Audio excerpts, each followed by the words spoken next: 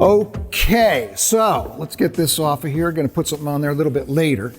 All right, but what I want to do is turn to the idea that Swedenborg has that we gravitate, as we said, to heaven, but in heaven, we come to different communities. We find people that are similar to us with similar loves, and together we live together, we work together, as we'll see, usefulness together, and we share life together in those communities. And this fits very much with the idea of the people who had the near-death experience also saying when they got there, they felt like they were coming home, like a sort of homecoming. So let me read some quotes from Swedenborg here. Kindred souls gravitate toward each other spontaneously, as it were, for with each other they feel as though they are with their own family, at home. Further, people of similar quality all recognize each other there, just as the way people in this world recognize their neighbors and relatives and friends, even though they may never have seen each other before. That's profound. I want you to think about that for yourself. Even though they had never seen each other before, when they meet, it's as if they've known this person all their lives. I wonder if you've ever had that happen to you. I've asked students that before, and I always get some people like, yeah, like when the first time you've met somebody and you go, wow, it just seems like I've known them forever. And then you find out more and more how much you do have in common with each other. Well, that's really something real in the other world to an incredible extent, when we can see each other's inward natures and selves. So right away we can see who it is that we're gravitating toward, who it is that we have similarities with, similar loves with, and we feel connected. We feel like relatives and like best friends, even though we may have never met. Now, in these communities that we have, Swedenborg says every community has its own useful service.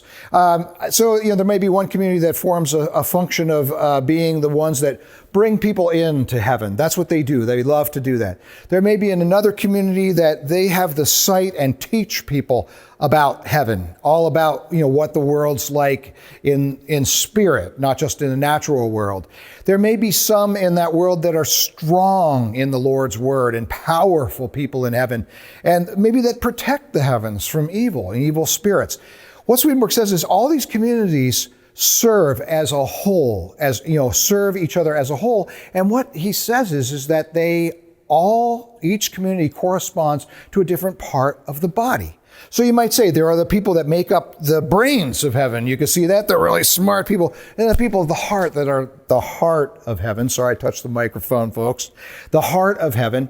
And then there are people that are in the power of heaven, maybe in the muscles of heaven. You can think about that. But Swedenborg says it goes deeper into every single part of the anatomy of a human body, which he calls the grand human or grand man. Every single part of heaven corresponds to some part of a human body.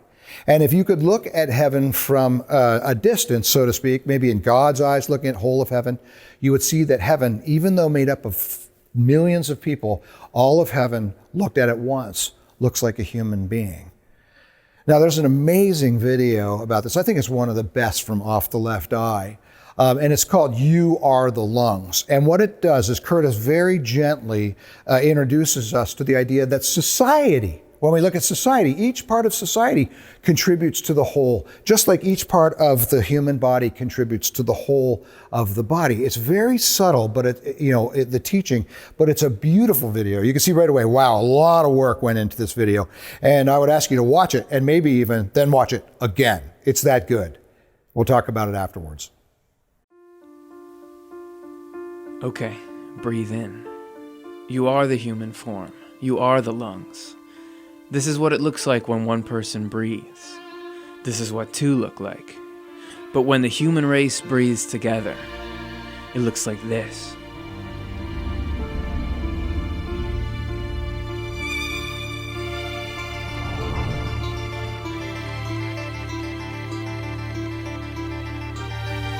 We pull in ideas like oxygen, gathering them through inspiration. In our lungs, the molecules are taken by blood cells to move out into the body.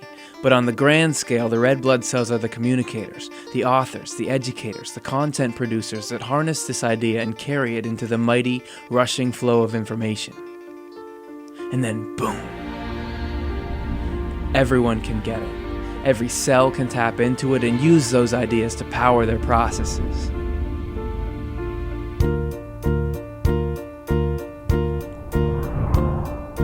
Whether they're creating a selective barrier to let helpful things in and keep harmful things out,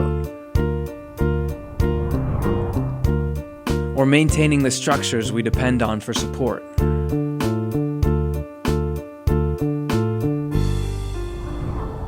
Or trying to perceive what's really going on with the situation.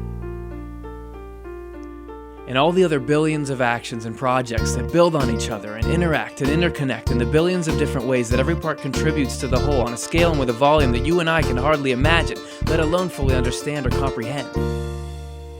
Okay, ready? Exhale. We expel the old ideas, things that are no longer needed or don't belong, or that we've replaced with something better. And it flows. People from all over the world, from every walk of life, get grabbed by passions to affect positive change, to improve the lives of those around them, and they pump it out through networks, through organizations, spreading that passion to others who have the know-how and the means. Those with power build amazing things.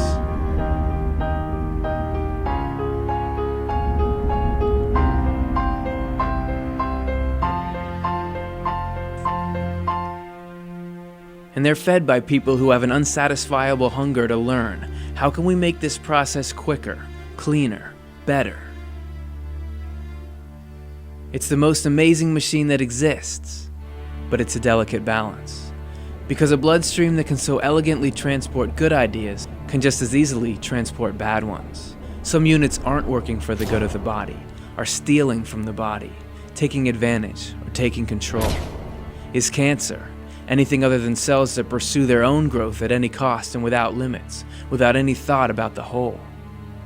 But we fight back, closing ranks to heal the parts that have been damaged and clean out disease. And then the hands and muscles build so now the eye can see farther than ever. And then the optic nerve makes it so that what the eye sees, everyone sees. Lets us see something so far away. And then the heart lets us see what's so close. Okay, breathe in. When the whole body, every part is working together, we call that health. But when everybody's doing their part in the great body, every single person contributing to the whole so that we all benefit, so that everyone's discoveries, patience, lessons learned, hard work, and examples of love lift us all up. When every little part of every cell is feeding from the whole and giving back to the whole, when there's health for the whole human race together as one complex, immense, intimate, interdependent system, we call that heaven.